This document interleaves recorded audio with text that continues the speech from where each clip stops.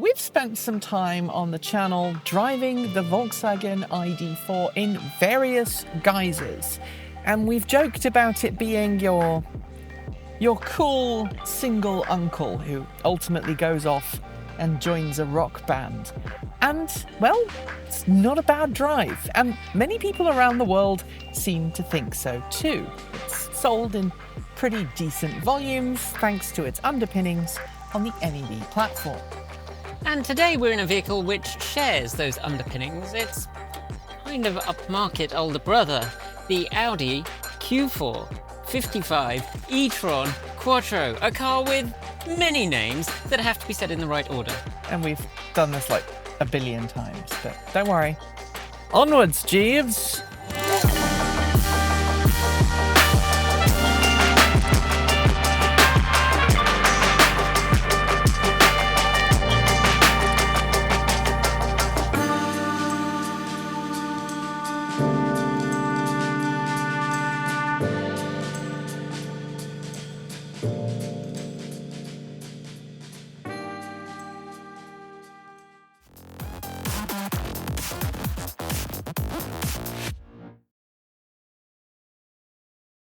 Maybe we should give this car a different name, Kate.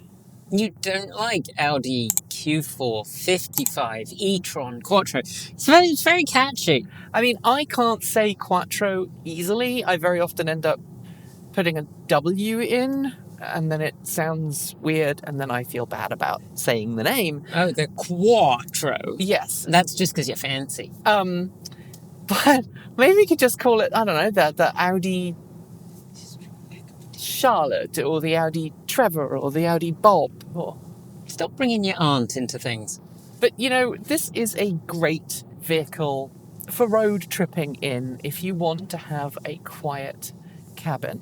Yeah, it's a very comfortable, quiet place to be for... Oh, God, I've turned into an automotive journalist.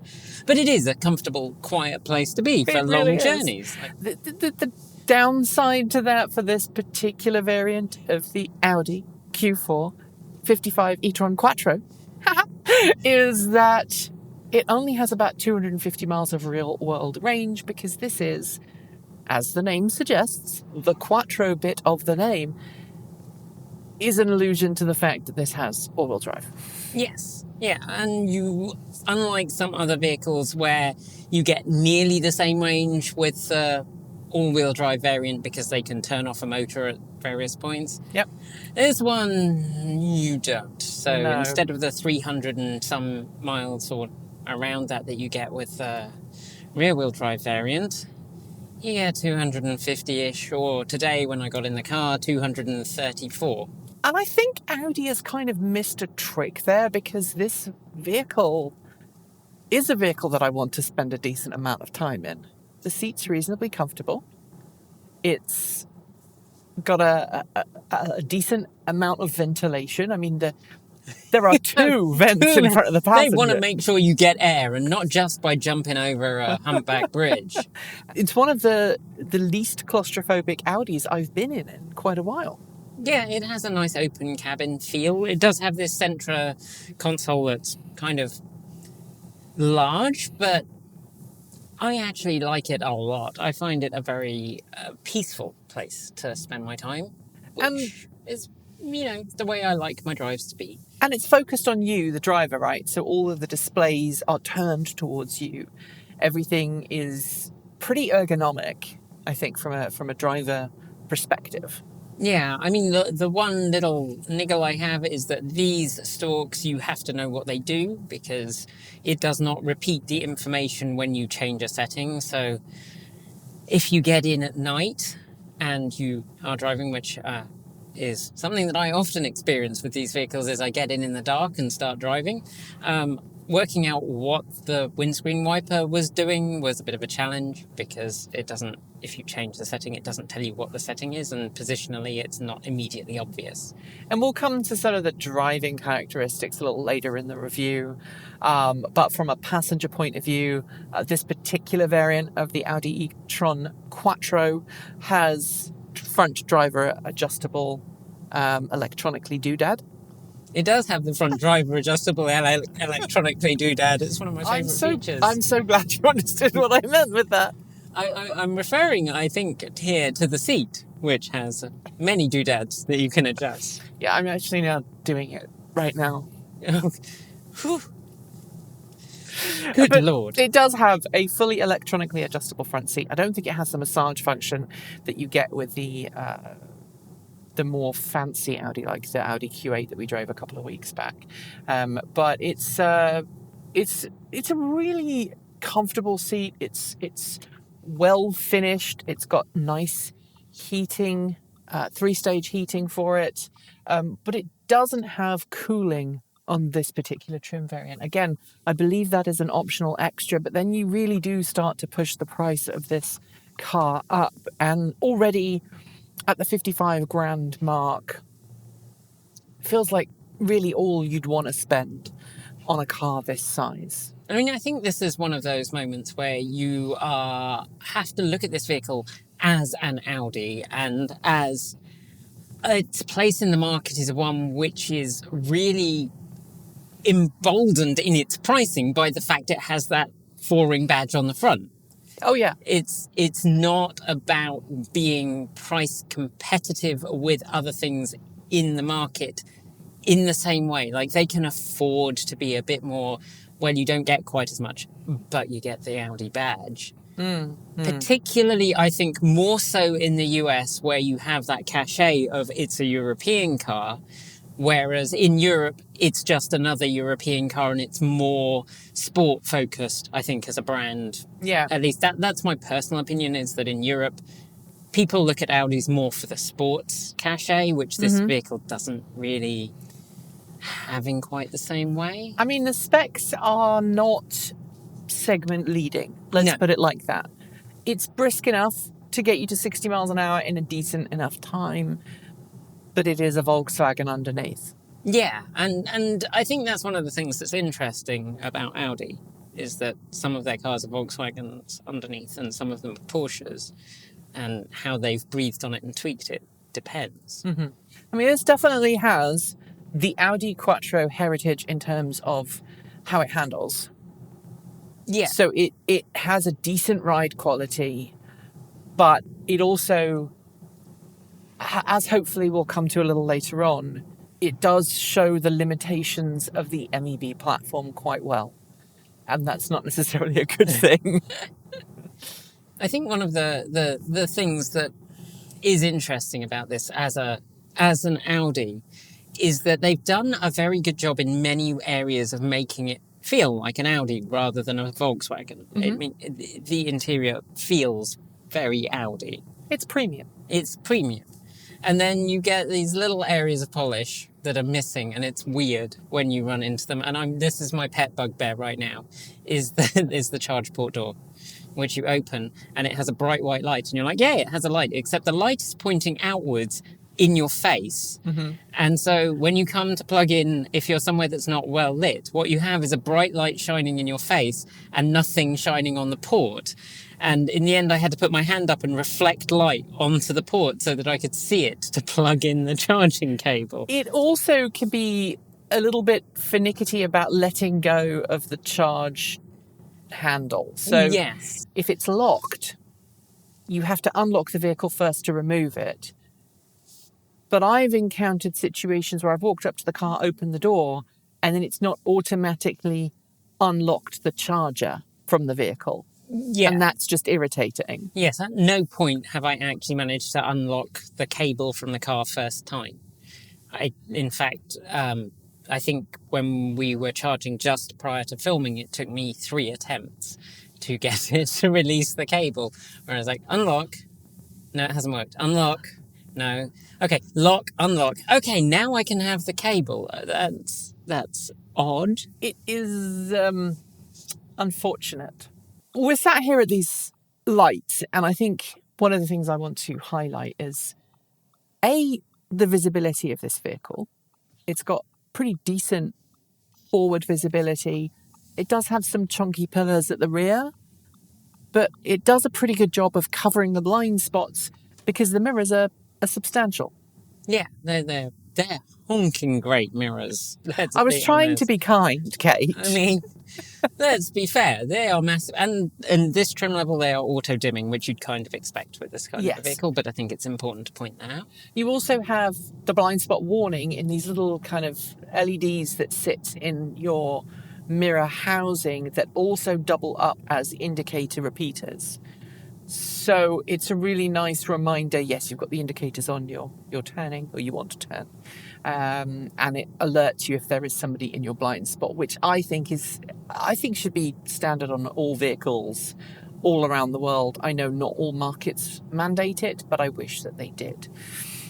But I think one thing that we need to highlight is that as a platform, the MEB platform is getting on a bit, and you do feel that when you're driving this vehicle. So a lot of the technology that you would come to expect from a premium segment electric vehicle, like a lot of the driver assistance features, just aren't there in the Audi in the way that they are in some of their competitors.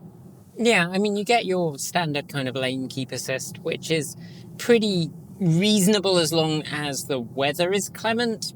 Basically, as soon as it started raining, then I lost both cruise control because it turned off cruise control completely, and it also lost the front impact warning, which was a bit startling to lose that in just some moderate rain.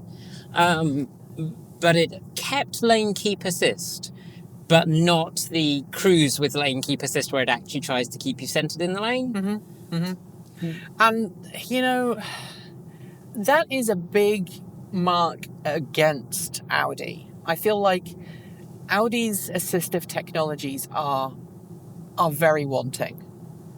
I think they are starting to feel the challenge of this being a slightly older platform, which feels like a weird thing to say because I remember it being introduced. I mean, if we compare this, a good car I think that cross-shops against this is the GV60 from Genesis.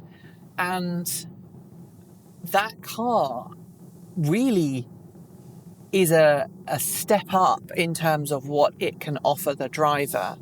You have lane keep assist, you have lane change assist, you have a really competent suite of passive and active driver assistance features. You also have all-wheel drive capabilities. You also have the ability to deactivate one of the motors, making the vehicle front-wheel drive only for longer range capabilities. You also have 800-volt fast charging. And all at a price that is not that much more than this. Yeah. And I think that's one of the challenges for Audi in this market is that a lot of automakers have invested a great deal in being the market leader for EV technology, at least particularly to be fair, Kia, Hyundai, and as such Genesis have got this really stunning platform, and the MEB platform is fine. Like, it's not an amazing platform, but it's not a terrible platform. And then building something that is meant to fill the sort of semi-luxury segment on that, it does leave you with these areas where there just isn't the capability in the platform to be the market leader. Right. And that reiterates very clearly, I think, that this is a vehicle that isn't meant to be a conquest purchase. No. I don't want to say it, but I'm going to. There are a few notes of compliance car. There are. I think this is so that Audi don't lose as many customers as they might. To Tesla, to BMW, to because you have to remember that in Europe, BMW has a car that cross-shops against this. Yes. And it does pretty well in terms of cross-shopping against.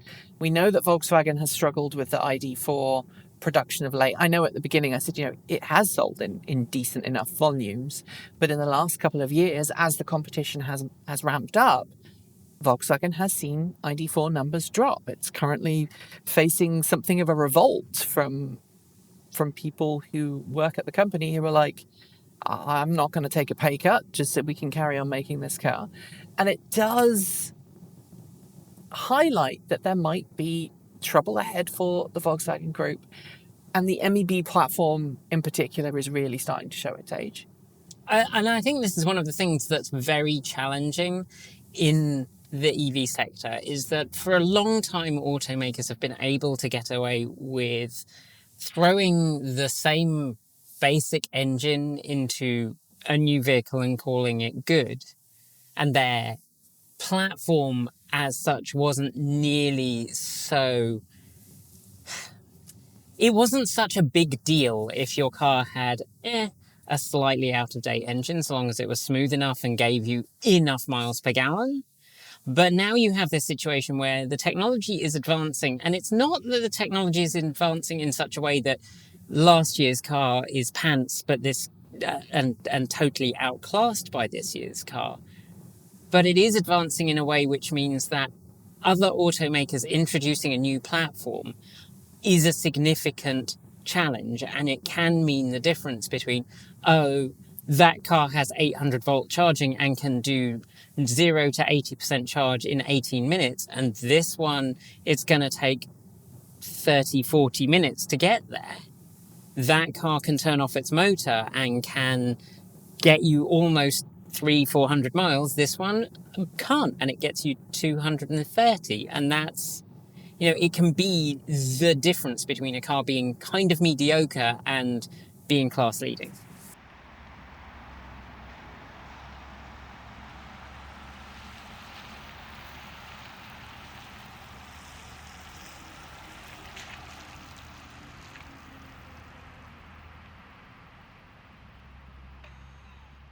I don't want people to feel that we're kind of railing on this car. No, it's a fine car. This is absolutely a fine car that I don't mind. Because driving it is fun. Like, it responds. A little bit of wheel spin there, but it does make progress. It does. And it's extremely pleasant to drive. Like, it is comfortable, it is quiet, it handles itself and its weight very reasonable. And you've got the ability to customize it, right? So if you go into the drive mode, you can do it like that, or there's a button down there that you can press. And it's currently in efficiency, which has a limited top speed. It says on here 80, but I could swear that when I was driving it the other day, it reached 50, and then I had to push it all the way down past the spring on the throttle to get it to go faster. Also, I know it's not a throttle anymore, but we're used to calling it a throttle. Yeah, it's a go pedal. Even in the EV world. But you can change it. The custom option is quite nice. You've got auto, dynamic, efficiency and comfort. You can also change the response of the steering, so you can have a more sporty, engaged feel. You can have a very lightweight feel. I think it's in the lightweight feel right now. But one thing that irks me... Is it the Regen?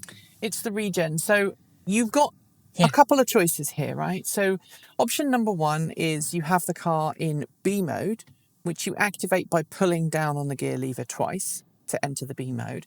And in B mode, it has accelerator liftoff. And you can lift off the throttle and it will slow the car down. Gently, but it does do it. Yes.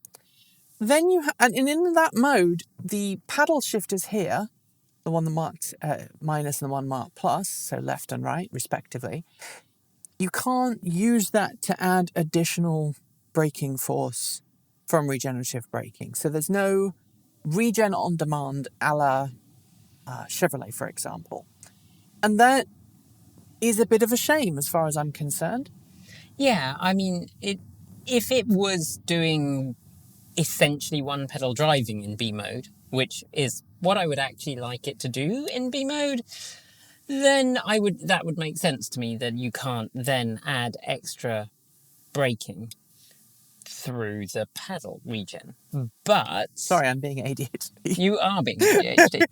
But it's not. The B mode is like engine braking in a standard automobile with a gas engine. It is it slows you down, but it doesn't do a huge amount.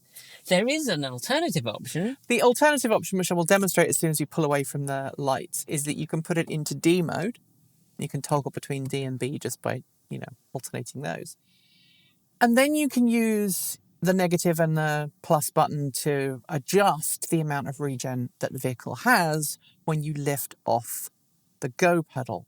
The problem with that is that this car has amnesia. Yes, as soon as you press a pedal, either of them, Yes. it goes, oh, well, I've forgotten what you asked me to do now. It's more ADHD than me. And the downside to that is that it's great when you're going, down a mountain pass. You can select the amount of regen. I can't show you right now because there's somebody training to be a proctologist behind me. But if I move over and let the proctologist pass, if I hit this button now, okay, I get 1 stage of regen, 2 stages of regen, 3 stages of regen, but as soon as I hit the go pedal, it forgets, and then when I lift off the throttle again, it's back to 0. It's back to coasting. And there's nothing wrong with coasting, right? Coasting is actually a really efficient way to travel. But if you're forcing everybody to coast all the time, it can become very tedious, especially in a town situation like this, right? So I'm currently coming up to the lights and almost 1 pedal, but not quite. At about sort of 5 miles an hour, it transitions to creeping. If I lift my foot off the brake, it does hold, but if you don't have hold on, it will creep. And there just isn't an option that would allow you to do 1 pedal driving, or even just, I want the maximum regen this car offers, which is not a lot. Now, it does have a setting in the menu that allows you to select like an automatic regen braking, but I'm going to be honest with you. I've never got that to function effectively. It's never behaved in a predictable way. I think it's got that terrain-aware software that we've seen from other Audi vehicles, like the Q8 we drove. But it doesn't seem to do a particularly good job on it. And of course, every time someone does something like this and pulls in front of you, you're left reaching for the brake pedal. Whereas if you drive like a Kia or you have the Chevrolet line of EVs, you have the button here on the left-hand side of the steering wheel. You just grab a fistful of, and it brings the car to a stop. And I really prefer driving like that in towns because you're not constantly switching your foot left and right. Yeah. And I don't know about you, I find the seating position of this a little bit tight for my feet. Like I don't feel like my feet can fully extend in a position where I am comfortable with my where my seat and my steering wheel is. It did take me a few goes to get to somewhere where I was pretty comfortable. Like the first few times I drove it, I had it set somewhere which I thought was comfortable, and then I would find that my knees were kind of rubbing against the steering wheel because they were too far back. I ended up just sitting further back than I normally would. Yeah. It's just a slightly different position, but eventually I managed to find a compromise that I was comfortable with, but I think it does require a bit of finicking. All of the buttons on the steering wheel are capacitive touch buttons, and the same is true for the buttons up here, which I think is a terrible idea. Yeah, I mean, I don't like capacitive buttons as a general rule. I mean, I'm sort of willing to tolerate them in a way if I have to, in a very limited way for an off night. I like the fact that down here for the screen demist and for the temperature controls, all of that is physical buttons that you can feel where they are and then press them without looking at them. Yeah. I'm not a super fan of the capacitive buttons on the steering wheel in particular because I tend to brush them as I'm turning and then suddenly the music is very loud or you've changed the display on the driver display and you're like, what have I done? So I spent some time with it before I passed it over to you at the weekend, And on Saturday, I drove up to yours to drop it off. It was pretty dark in the car with the shade for the roof covering the area. So I was like, I'm just going to open it up, get a bit more light in the car. And I tried using this button while driving and inadvertently ended up opening the sunroof because I couldn't feel, I couldn't feel where the button was, but I couldn't feel where the center was or which way. If there's a physical toggle, I know that forwards towards the front of the car is probably going to be closed and back is going to be open. I couldn't tell which way was which because of that. I think that's one of those things where we've started to see automakers, one, they are happy to cut the price of the part and use a capacitive thing in place of a button. But this car has hit that kind of compromise where people have whined enough about the capacitive sensors that they've started to give in and put actual buttons back in. Which, really we shouldn't be having to argue this, but... In terms of displays, because we haven't talked about the display, and I really do want to talk about the display. This driver information display and also the head-up display are, frankly, amazing. Yeah. I like the way that you can customize the driver information display. You can have a map on there. There are various different customizable options. You can just literally scroll through them using the system here. It tells me, it has a short-term memory. I have that problem. You get the driver assistance screen, you get the traffic signs, you can also see your consumption and your range, and on the right-hand side you've got other options that you can scroll through.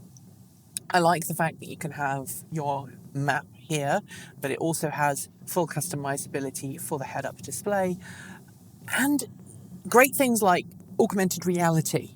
Mm-hmm. So it shows you where the lane edges are. If you're kind of listing over towards the edge of your lane, it will show a red marker that corresponds with the lane edge in your head-up display. And I really like that. Yeah, I was very impressed by the fact that it not only displays like that you are at the edge of the lane with the red marker, but that the line kind of follows the curve of the road to be like, no, you are both drifting towards it and you are drifting in a direction that will cross here. I think it's a nice feature. Which, given how much we complained about its lane keep assist, doesn't make sense. The car obviously knows where the edge of the lane is. It doesn't necessarily follow through with the assistance to get you back in the right place. Like you, when I was driving in heavy weather, all of the autonomous assistance features just wet the bed and refuse to do anything. And it's a real shame because actually, when they're working, they work incredibly well. Yeah, its lane keeps you nice in the centre of the lane and is one of the less naggy ones that I've encountered from Volkswagen and Audi as a group. It just periodically tells you to steer a little bit, and actually it accepts a small enough amount of steering input that you don't have to end up wandering all over the lane, which, as my recollection of the Q8 was that I kept having to tug it quite hard to try and persuade it that I was providing steering input. This, just a little minor nudge to say, no, I'm still awake and alive. Yeah. Although I had the opposite when I was on the freeway. It kept telling me to put my hands on the wheel. And I was like, my hands have not left the wheel. So I think your mileage may vary. We haven't really talked a huge amount about handling. And my experience thus far is that it's great in corners. The Quattro drivetrain is exceptional, as you would expect. It's clearly been tuned by Audi to be as flat as possible in corners and to handle exceptionally well. I've not really felt a huge amount of oversteer or understeer. It just feels pretty on rails. But it's not performance on rails. It's cemented on rails. Yeah, it gets you there with a reasonable amount of pep, but certainly it's not begging you for more. However, it does so with a decent amount of comfort. It's a little bit harsh. It's not by any means the worst vehicle we've been in recently. Right. But it's certainly also not the best. Its suspension is is good on roads like this, but as soon as you give it anything approaching rough road surfaces, which we do get in the Pacific Northwest for various reasons, you do like that. You feel those bumps and lumps, but at no point through here do I feel like the car is losing control or it's going to kind of be unsettled. And it's incredibly smooth through the corners. One criticism I do have, though, is the brakes are very spongy. They are very spongy. You really have to, I want you to stop. Please stop. And you have to push your foot a substantial distance to get the car to actually come to a stop in a decent amount of time. But to finish, let's just go around this roundabout and I'll show you what I mean. So it does hold really nicely. You can tell it's an Audi and it's a European brand because roundabouts don't unsettle it. It just allows you to keep on going through the roundabout and then power out and off you go.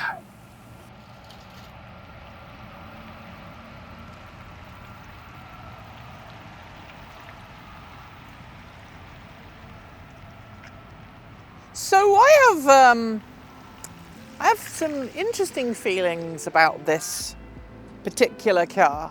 So Audi occupies a really weird point in the Volkswagen group, right?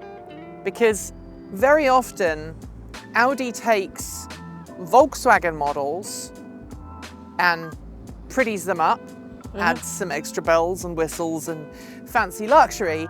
And other times Audi takes a Porsche model and de-sportifies it a little bit and adds a load of luxury and makes it cool for, mid-market buyers. This car is very obviously I don't want to use the word, but I can't think of an alternative, a gussied up Volkswagen ID.4. I mean, it very much reminds me of the Wolsey variant and the Riley variant of the Morris Minor, because, that is my little favourite vehicle. And when you see them, you don't immediately go, that's a Morris Minor, because it doesn't really look like a Morris Minor. And you look at this and you don't immediately go, that's an ID.4. Yeah, I mean, obviously it is underneath, and I would pick this over an ID.4 any day of the week. Yeah, I found myself thinking that very quickly. I mean, the ID.4, there are lots of corners that have been cut to try and save the Volkswagen Group money. And Audi's come along with the Q4 e-tron Quattro and gone, actually, we would like those in, and you're just gonna have to pay a little extra for it. As spec'd, this car is about 55 grand. Which immediately puts it into a very difficult place in the market. A lot of people are going to ask us to cross-shop this against the Tesla Model Y. Yeah, they are, but I don't really feel like it does. I mean, for one thing, it's a smaller vehicle. It just is. And another thing, I'm not sure that your Audi buyer is someone who would be looking at the Model Y, because the Model Y has a much more Spartan interior. It's much more tech-focused, whereas this is much more focused on a more traditional driver. Yeah, so the Tesla Model Y is your fancy schmancy downtown hotel that's got the latest gadgets and tech, but the trim on the side of the bed might be a little bit questionable, and the sink in the bathroom might be not perfect. Or, as one luxury hotel I stayed at this year on an event, I can't remember which event it was, I think it was the Volvo event, the door on the bathroom had a handle that was on the hood, a weird angle. It just didn't, it looked like someone had just slapped it on and said, that will work. People are paying a lot of money and don't care. With Tesla, it's all about the tech and the impression of buying into a high-end vehicle. This actually delivers on the high-end vehicle promise. It does, and it does so without putting the tech right in your face. Although, admittedly, the Model Y is far cheaper. And admittedly, I found the infotainment system in this vehicle as aggravating as I've found the other Audi that I've driven It doesn't recently. have a frunk, right, which the Model Y does. And it has space for a front. And it doesn't have the advanced driver assistance technologies that the Tesla Model Y does. I think that there are other more capable vehicles in the market than the Tesla Model Y, if you have the money to spend to buy. And I think that this car is one that doesn't actually cross up against the Model Y for that reason. You buy this because you want a nice interior. You buy it because you want the doors to have a certain sound when you close them. You buy it because you want that incredibly detailed, crisp head-up display. You want an infotainment system which, as you pointed out, has some quirks and features, but it still just does what you might expect an Audi to do. Any Audi driver could jump behind the wheel of this and just go. It doesn't require you to have any kind of knowledge of computer systems. You're not suddenly going to see the center touchscreen display change all of its icons overnight because of a system update.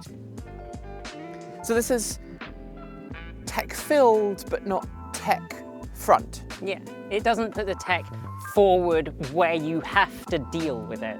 It hides it under a veneer of, this is just your normal car. Like, unlike earlier versions of this platform, it isn't all capacitive buttons, which is something I'm very grateful for. It has physical buttons for your climate control, for your turning on the front window demist. And even where it doesn't have real physical buttons, where it has capacitive buttons, there are still discrete capacitive buttons for many of the functions. You're not having to hunt through a menu to go, oh, I need to turn this on, and it's all on a touchscreen.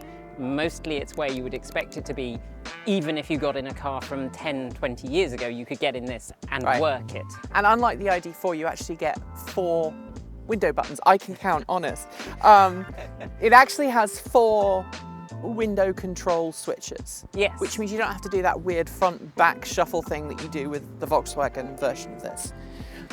But at the same time, this car doesn't feel 100% finished. There's no trim piece under the hood.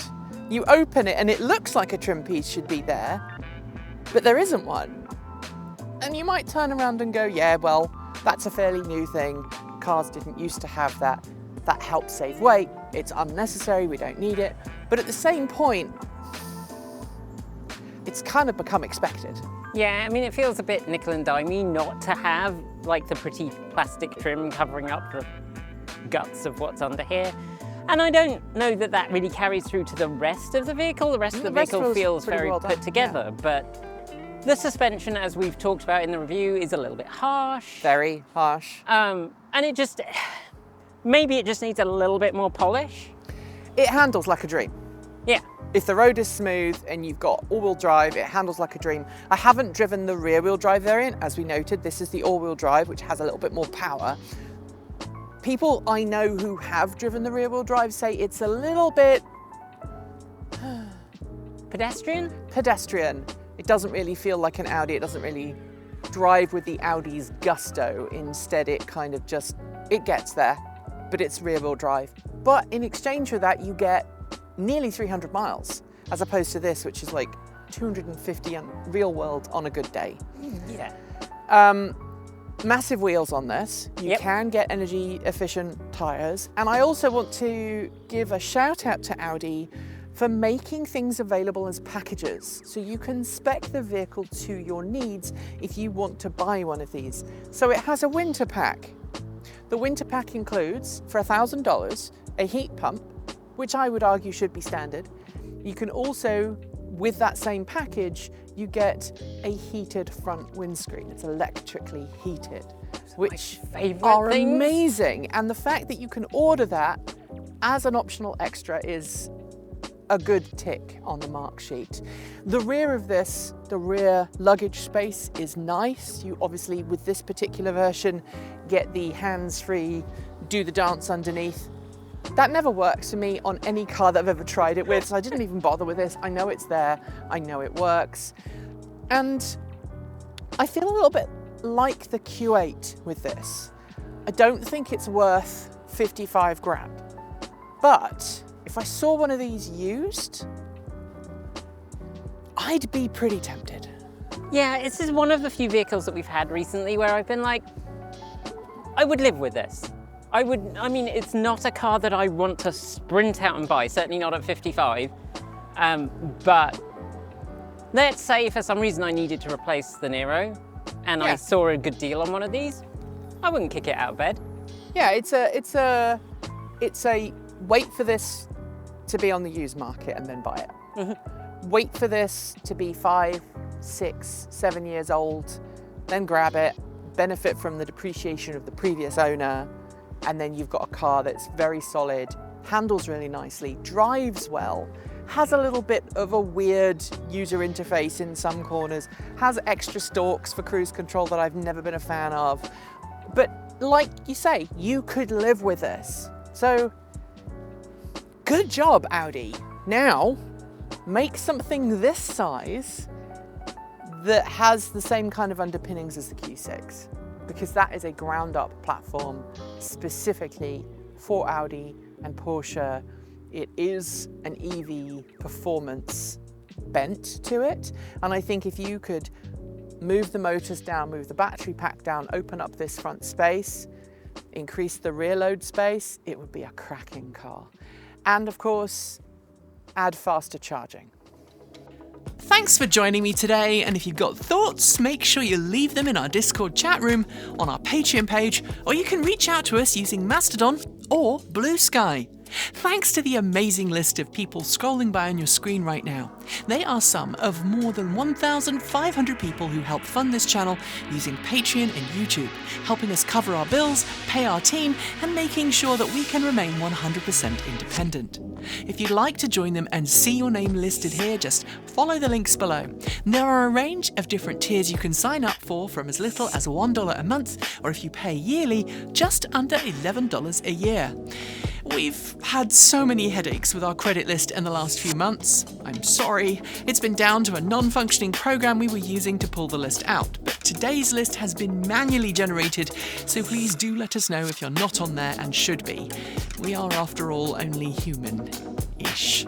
A huge welcome to our newest supporters: Steve Abernathy, Mike Nichols, Zach Kane, Philip Atkins, Kat, Rob Thomas, Ryan S., Laura, Jay Alor, Celia Gonzalez, France G. France, Nicole Huang, oh yeah, Pedro Huget, Duran Valentine, Winfred Gerlach, John Trindle, Sarah Hendrika Biketon, Edward Kufka, Stephen Beatty, Jonathan Rees, MJY, Owen Patrick, and Gail Jackson. To join the list and get your shout out, become a paid Patreon member for your moment of fame. And remember, you can also now gift membership to someone else. If you'd like to support us with a one-off donation, you'll find links below to make Ko-fi and Bitcoin donations. And we even have an old-fashioned PO box you can reach us at. The address is listed below. And if you're in need of some swag, you'll find our swag store also in the down below. We've got some fantastic content coming up, so make sure you're subscribed on PeerTube or YouTube, and we'll see you very soon. We make new videos every Monday, Wednesday, Friday, Saturday, and Sunday. If you want more, the mighty algorithm thinks you'll like this video, but we also think that you should look at this one. See you soon, and as always, keep evolving!